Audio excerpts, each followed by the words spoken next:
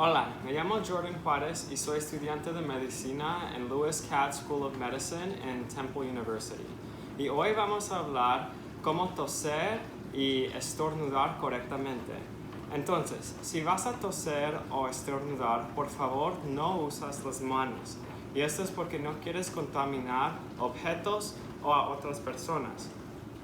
Si vas a toser o estornudar, por favor usa un pañuelo desechable así. Y cuando ya terminas, tíralo en la basura. Otra cosa, si no tienes un pañuelo desechable, está bien, no te preocupes. Lo que puedes hacer es toser en la manga larga así. Ahora, finalmente, esto es muy importante, tienes que lavar las manos. Entonces, cuando te lavas las manos, por favor, fíjate que su jabón tiene 60% alcohol para que puedas limpiar tus manos correctamente. Cuando ya terminas, puedes tirar la otra basura. Gracias.